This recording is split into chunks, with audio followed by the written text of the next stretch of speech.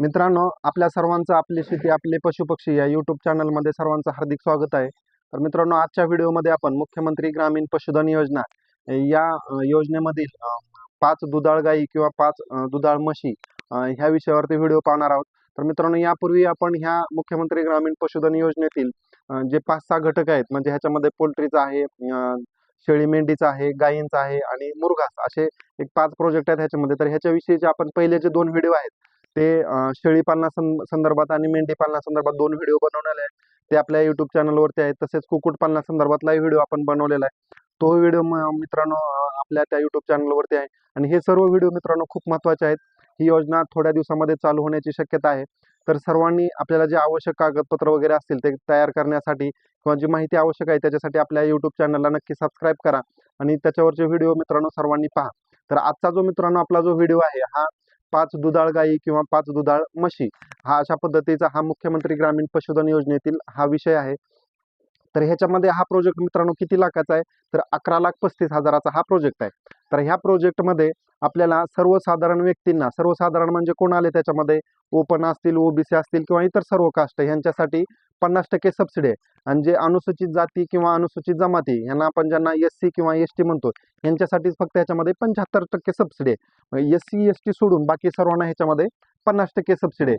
त्याच्यामध्ये दुसरं एक आहे मित्रांनो की अपंग लाभार्थ्यांना ह्याच्यामध्ये 5% आरक्षण ठेवलेलं आहे. आता अपंग लाभार्थी कोण असतात की ज्यांचं 40% पेक्षा किंवा 40% पेक्षा जास्त अपंगाचं प्रमाणपत्र आहे किंवा ज्यांच्याकडे UDID कार्ड पण महत्वाचं आहे मित्रांनो ह्याच्यामध्ये. तर ह्या अपंगासाठी आता अपंगाचे प्रकार कोणकोणते आहेत, तर अल्पदृष्टी आहे, कर्णबधिर आहे, अस्थिव्यंग आहे किंवा बहुविकलांग असे एक 3-4 प्रकार ह्याच्यामध्ये आहेत. तर ह्यांच्यापैकी कोणतंही सर्टिफिकेट तुमच्याकडे असेल 40% पेक्षा जास्त, ज्याला आपण जिल्हा सिव्हिल सर्जन यांचं म्हणतो, तर त्यांचं आपल्याकडे सर्टिफिकेट पाहिजे आणि UDID कार्ड पाहिजे. त्याच्यानंतर दुसरं एक आहे मित्रांनो ह्याच्यामध्ये की महिला बचत गटातील ज्या महिला असतील, महिलांसाठी आपल्याला 30% आरक्षण ह्या योजनेमध्ये ठेवलेलं आहे. आता 30% आरक्षण हे आपण कसं गृहीत धरू शकतो किंवा त्या महिला कोणत्या आहेत, तर ह्याच्यामध्ये 30% आरक्षण 100 जर अर्ज शासनाकडे गेले असतील तर त्याच्यातले 5 हे अपंगासाठी असतील, 30 हे महिलांसाठी असतील, म्हणजे 35 इथंच गेले, 100 मधून 35 गेले. बाकीचे जे राहिलेले प्रोजेक्ट आहेत हे सर्वसाधारणसाठी किंवा SC ST साठी असतील. अशा पद्धतीने मित्रांनो ह्या योजनेचं स्वरूप आहे. तर ह्याच्यामध्ये आता प्राधान्य कसं दिलंय त्यांनी, तर सर्वात महत्त्वाचं पहिलं प्राधान्य आहे ते अत्यल्प भूधारक शेतकरी. आता अत्यल्प भूधारक शेतकरी कोणाला म्हणायचं, ज्यांच्याकडे 1 हेक्टर पर्यंत जमीन आहे किंवा ज्याला आपण 2.5 एकर म्हणतो, इथपर्यंत ज्याला जमीन आहे त्याला अत्यल्प भूधारक. त्याच्यानंतरचा जो प्रकार आहे तो अल्पभूधारक. अल्पभूधारक कोणाला म्हणतो आपण, की ज्याच्याकडे 2 हेक्टर पर्यंत जमीन आहे. 2 हेक्टर म्हणजे किती, की जास्तीत जास्त 5 एकर. त्याच्यानंतर कोण आहे की वन हक्क धारक. आता वन हक्क म्हणजे ज्यांची वन विभागामध्ये जमीन गेली असेल किंवा त्यांचं इतर अधिकारमध्ये नाव येत असेल तर असे वन हक्क धारक असतात. त्याच्यानंतरचा जो आहे तो महिला बचत गट, म्हणजे प्राधान्यक्रम ठरवलंय मित्रांनो त्यांनी. सर्वात पहिला प्राधान्य कोणाला देतील, ते अत्यल्प भूधारकाला. त्याच्यानंतर कोणाला देतील, अल्पभूधारक. त्याच्यानंतर वन हक्क धारक आणि त्याच्यानंतर आहेत महिला बचत गट. आता महिला बचत गटांना कसं दिलं जाईल, तर त्या महिलांकडे त्या बचत गटाचं सदस्य प्रमाणपत्र असलं पाहिजे, असा त्यांनी तो क्रायटेरिया दिलेला आहे. त्या पद्धतीने ह्याच्यामध्ये आपल्याला लाभ मिळत जाणार आहेत. क्रमाक्रमानं त्याच्यामध्ये लाभ मिळत जातील आणि ह्या टोटल प्रोजेक्ट मधले 5% अपंगांना आणि 30% महिलांना. हे झालं त्याचं स्वरूप झालं. आता ह्याच्यामध्ये आपल्याला पात्रता काय लागतील किंवा आपल्याकडे कोणत्या कोणत्या गोष्टी असणं आवश्यक आहे किंवा ह्या योजनेसाठी आपल्याला कोणकोणत्या गोष्टी कराव्या लागणार आहेत. तर सर्वात महत्त्वाचं मित्रांनो, आपला कोणताही प्रोजेक्ट करायचा म्हणलं तर त्याच्यासाठी आपल्याकडे प्रोजेक्ट रिपोर्ट असणं हा खूप महत्त्वाचा असतो. आता त्या प्रोजेक्ट रिपोर्टमध्ये सर्व गोष्टी दिलेल्या असतात. आता समजा आपल्याला हा प्रोजेक्ट किती लाखाचा आहे, 11,35,000चा. तर ह्या 11,35,000मध्ये आपल्याला कोणकोणत्या गोष्टी आवश्यक आहेत किंवा त्याच्यानंतरच मग आपल्या त्या गोष्टी केल्यानंतर सबसिडी मिळणार आहे. तर आता ह्याच्यामध्ये पहिल्या सगळ्यात महत्त्वाचं जे आहे, आता आपल्याला गाय शेड करायचे किंवा गायी खरेदी करायचे आहेत, ह्याच्यासाठी ज्या आवश्यक गोष्टी आहेत, आता समजा आपल्याकडे दुधाळ जनावर येणार आहेत तर त्याच्यासाठी कोणत्या गोष्टी आहेत, तर सर्वात महत्त्वाचं आपल्याला पहिल्यांदा शेड पाहिजे. आता शेड कशासाठी लागतं, की जनावरांचं ऊन, वारा, पाऊस ह्या गोष्टीपासून संरक्षण करण्यासाठी किंवा त्यांना जो आपण चारा देणार आहे तो चारा भिजला नाही पाहिजे किंवा त्यांना तो खाता व्यवस्थित आला पाहिजे, ह्याच्यासाठी आपल्याला शेड आवश्यक आहे. आता हे इथपर्यंत झालं, शेड झालं. आता शेड नंतर आपल्याला त्या शेडमध्ये कोणकोणत्या गोष्टी आवश्यक आहेत, आता आपल्याकडे गायी असतील, म्हशी असतील, तर ह्यांच्यासाठी आपल्याला काय लागणार आहे, सर्वात महत्त्वाचं ह्यांना चारा देण्यासाठी आपल्याला कुटी मशीन लागणार आहे. तर आपल्याला त्या कुटी मशीन घेण्यासाठी पण ह्या योजनेमध्ये पैसे आहेत. त्याच्यानंतर आणखीन काय लागणार आहे, तर आपल्याला ह्या गायीचं दूध काढायचं, तर त्या दूध काढण्यासाठी आपल्याला मिल्किंग मशीन लागणार आहे, जे की आपल्याला दूध काढण्याच्या मशीन येतात. मग आता ते किती कॉस्टची घेतात त्याच्यावरती, तुमच्याकडे किती गाय आहेत त्याच्यावर ते आपल्याकडे डिपेंड असेल. तर अशा पद्धतीनं मित्रांनो आपल्याला ह्याच्यामध्ये वेगवेगळे घटक घ्यावे लागणार आहेत. त्याच्यानंतर तुम्हाला गायींच्या फवारणीसाठी काही गोष्टी घ्यायच्या असतील तर ते घेऊ शकता. मिल्किंग मशीन आहे. म्हणजे इतर सर्व घटक आपल्याला त्याच्यामध्ये घ्यावे लागतात. आता मित्रांनो आमचा जो डेअरी फार्म आहे हा महाराष्ट्रामध्ये लवळ तालुका माढा जिल्हा सोलापूर या ठिकाणी खान डेअरी फार्म या नावाने हा प्रोजेक्ट आहे आमचा. तर हे आमच्या जवळपास 55 ते 60 जनावर आहेत गायी आणि म्हशी मिळून. तर दररोजचं आपलं दुधाचं संकलन असतंय. त्याच्यामध्ये आपल्याला वेगवेगळ्या गोष्टी लागतात. त्यासोबतच आपल्याला आता दूध काढतोय म्हटल्यानंतर ते दूध साठवण्यासाठी दुधाचे कॅन आवश्यक आहेत. म्हणजे ह्या सर्व गोष्टी घेण्यासाठी आपल्याला त्या प्रोजेक्टमध्ये सर्व गोष्टी आपण त्या इन्व्हॉल्व करू शकतो. मग आता त्यांनी मर्यादा दिली 11,35,000ची.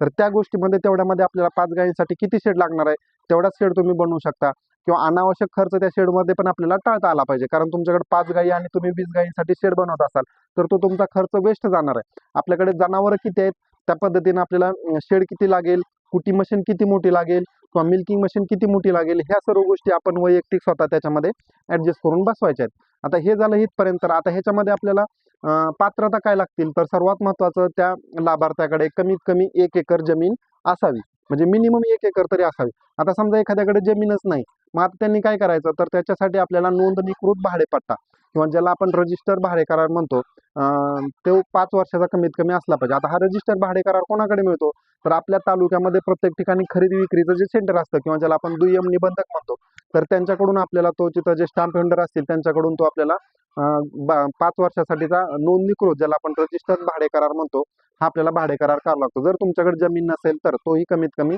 5 वर्षाचा. आता हे झालं जमीन. त्याच्यानंतर दुसरा महत्त्वाचा मुद्दा मित्रांनो आपल्याला कुठलाही व्यवसाय करायचा म्हणलं तर त्याचं प्रशिक्षण घेणं आवश्यक असतंय किंवा त्याची माहिती आपल्याला असणं आवश्यक असतंय. मग ते प्रशिक्षण तुम्ही ज्यावेळेस घ्याल त्यावेळेस तुम्हाला प्रशिक्षण प्रमाणपत्र पण मिळणार आहे ज्याला आपण ट्रेनिंग सर्टिफिकेट म्हणतो. ते पण तुम्हाला ह्याच्यामध्ये आवश्यक आहे. आता हे झालं ट्रेनिंग सर्टिफिकेट. त्याच्यानंतर दुसरा एक महत्त्वाचा डॉक्युमेंट आहे मित्रांनो ह्याच्यामध्ये अनुभव प्रमाणपत्र ज्याला आपण एक्सपिरियन्स सर्टिफिकेट पण म्हणू शकतो. तर हे जे अनुभव प्रमाणपत्र हे कोणाकडून घ्यायचं तर आपल्या प्रत्येक गावामध्ये किंवा आपल्या 4-5 गावा मिळून एक पशुवैद्यकीय दवाखाना असतो. त्या दवाखान्यामध्ये जे आपले गव्हर्नमेंटचे डॉक्टर असतात जे की आपल्या जिल्ह्यातील पशुसंवर्धन उपायुक्त कार्यालय आहे त्यांच्या अंतर्गत येतात किंवा पंचायत समिती जिल्हा परिषद अंतर्गत येतात. तर त्यांचा आपल्याला हा अनुभव प्रमाणपत्र कमीत कमी आपल्याला 2 वर्षापर्यंत दुधाळ गाई सांभाळण्याचा किंवा म्हशी सांभाळण्याचा अनुभव आहे असा त्यांच्याकडून दाखला घ्यायचा आहे. त्याच्यानंतर मित्रांनो दुसरं आणखीन तुम्ही कोणाकडून घेऊ शकता की कमीत कमी आपण ज्या संस्थेला किंवा ज्या डेअरीला आपण दूध देतो त्या संस्थेकडून पण आपण आपलं कमीत कमी त्यांच्याकडे 2 वर्षापर्यंत दूध आपण त्यांना देतोय असा त्यांच्याकडचा पण आपण दाखला ह्याच्यामध्ये घेऊ शकतो. आता इथपर्यंत झालं मित्रांनो आपण लाभार्थी पाहिले. त्याच्यानंतर ह्याच्यातल्या पात्रता पाहिल्या, अटी पाहिल्या. आता ह्याच्यातलं जे अनुदान आहे ते अनुदान आपल्याला 50% सर्वसाधारणला आणि SC ST ना 75% मिळणार आहे. तर आता हे कसं मिळणार आहे तर अनुदान आपल्याला 2 टप्प्यामध्ये मिळतंय. आता पहिला टप्पा कोणता असेल तर सर्वात महत्त्वाचं आपल्याला जनावर म्हणलं तर मागाचे मी सांगितलं तुम्हाला की आपलं जे जनावर आणण्यासाठी जे आवश्यक गोष्टी आहेत म्हणजे तुमचं शेड असेल, कुट्टी मशीन असेल, मिल्किंग मशीन असेल, तुमचे दुधाचे कॅन असतील, ह्या सर्व गोष्टी तुमच्या खरेदी झाल्या. ह्या खरेदी केलेल्याच्या पावत्या आपण दिल्या.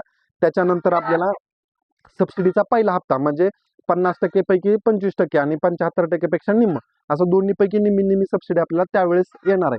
आता राहिलेली सबसिडी कधी येणार आहे तर ज्यावेळेस आपण जनावर खरेदी करणार आणि खरेदी केल्यानंतर त्या जनावरांचे आपल्याला कमीत कमी 3 वर्षापर्यंतचा इन्शुरन्स करावा लागतो. इन्शुरन्स म्हणजे काय विमा. आता हा कशासाठी आवश्यक असतो तर समजा आपण जनावर मित्रांनो बाहेरून आणलं एखादा आजारी असलं किंवा त्याच्यामध्ये काय प्रॉब्लेम झाला किंवा नंतर तुमच्याकडे आल्यानंतर काय आजारी पडलं ते दगावलं तर त्याचे पैसे आपल्याला रिकव्हर होतात किंवा त्याचे पैसे आपल्याला तेवढे मिळतात. म्हणून प्रत्येक जनावरांचा इन्शुरन्स किंवा गव्हर्नमेंटच्या प्रत्येक स्कीममध्ये विमा हा त्यांचा कंपल्सरी केलेला आहे. त्याच्यामुळे आपल्याला 3 वर्षापर्यंत कमीत कमी त्या जनावरांचा इन्शुरन्स उतरावा लागतो. त्याच नंतर आपल्याला राहिलेला सबसिडीचा जो दुसरा हप्ता आहे तो आपल्याला मिळणार आहे. तर मित्रांनो ही सबसिडी मिळते आपल्याला तर ते कशा पद्धतीने मिळणार आहे तर जसं की कृषी विभागामध्ये आपण समजा एखादा ट्रॅक्टर घेतला एखादं काही अवजारं घेतली तर त्याचे जसे तुमच्या DBTद्वारे डायरेक्ट लाभार्थ्याच्या खात्यामध्ये पैसे येतात त्याच पद्धतीने मित्रांनो ह्या मुख्यमंत्री ग्रामीण पशुधन योजनेचे डायरेक्ट लाभार्थ्याच्या खात्यामध्ये पैसे येणार आहेत. नंतर ते इतर कुणालाही जाणार नाहीत किंवा त्याच्यासाठी आपल्याला म्हणजे डायरेक्ट लाभार्थ्यापर्यंत पैसे येतील. आता समजा मित्रांनो 50% गव्हर्नमेंट देणार आहे. आता राहिलेल्या 50% पैशांचं काय करायचं तर 50% पैसे समजा 11.5 लाखाचा किंवा 11.5 लाखाचा आपण प्रोजेक्ट धरला तर त्याच्यामध्ये 5.5 ते 6 लाख रुपये आपल्याला स्वतःचे लागणार आहेत. तर हे पैसे तुमचे स्वतःचे असतील तरी पण चालेल. आता समजा एखाद्या शेतकऱ्याकडे तेवढी अमाऊंट नसेल तर तुम्ही बँकेचं लोन घेऊ शकता. तर बँकेच्या लोनसाठी आपण पाठीमागच्या पण व्हिडिओमध्ये सांगितलं मित्रांनो, बँकेचं लोन घेण्यासाठी आपले बँकेचे व्यवहार चांगले असावे लागतात. नुसतं तुम्ही बँकेत गेले आले तुमचे तोंड ओळख चांगली असले तर ह्याची किंमत नाही मित्रांनो. आपलं रेकॉर्ड बोलत असतं तिथं. तर आपले जे बँकेचे रेकॉर्ड आहेत ते व्यवस्थित असलं पाहिजे. पाठीमागे एखादं लोन घेतलंय आपण किंवा काय झालंय तर ते बाउन्स केलंय किंवा OTS केले आपण वन टाइम सेटलमेंट केली, तर त्या गोष्टी आपल्याला पुढच्या आयुष्यभराच्या ह्याच्यासाठी आपलं रेकॉर्ड तिथं खराब झालेलं असतं. अशा वेळेस बँक आपल्याला लोन देण्यासाठी नाकारते आणि आपण अनुदानापासून वंचित राहतो. जर तुम्हाला बँकेकडून लोन घ्यायचं असेल तर तुम्ही त्या बँकेची प्रोसेसला किंवा बँकेशी बोलणं चालू करू शकता. परंतु मित्रांनो अद्यापर्यंत ही योजनेचे अर्ज चालू झालेले नाहीत. ज्यावेळेस योजनेचे अर्ज चालू होतील त्यावेळेस मित्रांनो आपण आपले पशुपक्षी आपली शेती आपले पशुपक्षी या युट्यूब चॅनलवरती नक्की व्हिडिओ बनवू. त्यासाठी मित्रांनो आपल्या युट्यूब चॅनलला सबस्क्राईब करा, ऑल या बटनावरती क्लिक करा, म्हणजे येणारे नवीन व्हिडिओचे तुम्हाला नोटिफिकेशन मिळत राहील. आणि मित्रांनो जे आपले गरजू शेतकरी असतील, तुमचे मित्र असतील, नातेवाईक असतील, यांच्यापर्यंत हा व्हिडिओ पोहोचवण्याचा प्रयत्न करा. काय होतं मित्रांनो, शासनाच्या अनेक योजना येत असतात जात असतात, परंतु जे प्रत्यक्षात फील्डवरती काम करणारे शेतकरी आहेत आणि जो प्रत्यक्ष ह्या योजनेमध्ये किंवा ह्या व्यवसायामध्ये काम करत असतो त्याच्यापर्यंतच ही योजना पोहोचत नाही. आणि जो खरा लाभार्थी असतो मित्रांनो तोच वंचित राहतो.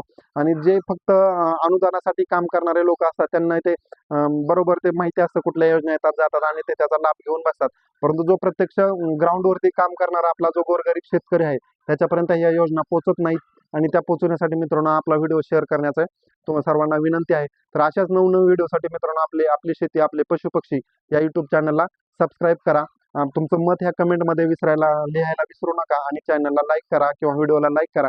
आणि मित्रांनो ह्याच्या अगोदरही आपण आपली शेती आपले पशुपक्षी या युट्यूब चॅनलवरती शेळी पालनाविषयीचा एक मुख्यमंत्री ग्रामीण पशुधन योजनेचा तो एक व्हिडिओ बनवलेला आहे. त्याच्यानंतर कुक्कुटपालनाचा बनवलेला आहे. आजचा आपला हा दुग्ध व्यवसायाचा आहे. आणि ह्याच्यानंतरचा जो येणारा व्हिडिओ आहे तो आपल्याला मुरघास किंवा वैरण विकास प्रकल्प ह्याच्यासाठीचा आपण तो व्हिडिओ बनवणार आहे. अशा पद्धतीने ही मुख्यमंत्री ग्रामीण पशुधन योजना आहे.